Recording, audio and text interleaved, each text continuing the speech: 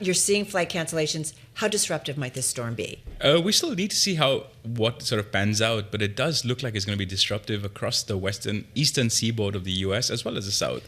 And so we're seeing airlines preemptively ask passengers that if you want to change your travel, you could potentially look at alternative options. So Delta Airlines is offering that to customers booked from 41 airports. United is talking about 61 airports. American Airlines is about 34. And so everyone's sort of allowing flexibility. Is this a different type of storm because of just how much of the country it could affect? You have United's big hub in Atlanta. You have Newark here, which could get hit with quite a bit of weather. United hub. You have JFK and LaGuardia in New York. Certainly big for American Airlines. Exactly. It's big for all the airlines, and especially because it's such an important part of the US that sees so much traffic. That's why it's sort of important for the airlines. And also because planes are then sort of out of place and out of position, and that sort of makes things much more complicated, where you have planes are sort of flying multiple routes in multiple segments a day, and if you can't really get one off the ground, then you could have a cascading effect on your schedule. I'm apologies. I might have said United Airlines in Atlanta. No, it's Delta is the huge. But hub you know that you're the. Yeah, I don't know how. It's you are the airline guy, but this guy is obsessed. What is written in our notes? What? Delta with its main hub in Atlanta. I know. It's right there. I just misspoke. Hey, I'm always curious when airlines, they know this might be coming. It looks pretty ominous based on radar maps and so on and so forth. But you're right. We're still Thursday, Friday. Storms we know do shift. But having said that, what do they try to do? Do they try to get planes where there isn't going to be snow and they can, so that the tarmacs can be cleaned more easily? Like what's the process that's going on right now? So for the airlines, it's more about making sure your planes are in the right position. So if you're unlikely to see those planes taking off from New York or JFK or from LaGuardia, then you sort of fly those planes on alternative routes and have them in different locations so that they can then operate whatever flights you can operate. Because otherwise, what tends to happen is you get crews timing out, you get planes that are stuck on the ground, you have passengers that need to be reaccommodated and sort of put up for somewhere while the delay is ongoing. And so it sort of causes lots of cascading impact for the airlines.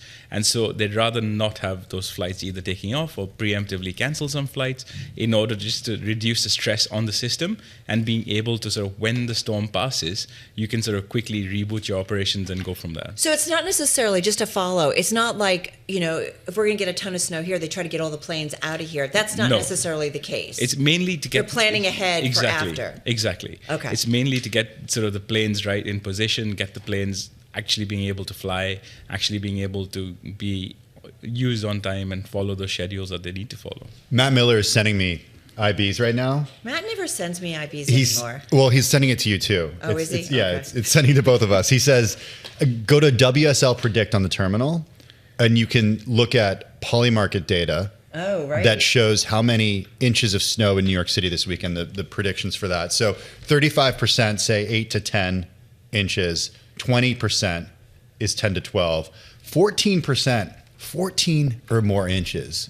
I mean, there are some parts, you see it there on the terminal, WSL Predict. It looks great. Thank you to our team for getting that up so quickly. For those on radio, they can't see it, but it's showing cool. us what's the likelihood of, in terms of how much snow we get. So if you are an airline and you get, take us through what these companies need to be doing to the runways. They need to clear them of snow. They need to be de-icing planes. That's incredibly expensive. And that's incredibly time-consuming. And it hits the bottom line. I mean, you would have potentially these companies telling us 3 months from now, this storm could have some sort of economic effect on earnings? Absolutely. I mean, you could, if it has a big enough impact on earnings, you could see the airlines talking about it. You could see the airlines talking about how it impacted their quality performance because of the disruption, the cost of the disruption, the cost of having to have crews working their workers working overtime, having to reaccommodate passengers who've been stranded somewhere. So it's a really expensive proposition for the airlines.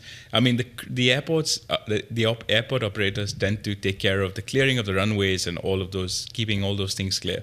But yes, the de-icing process takes forever.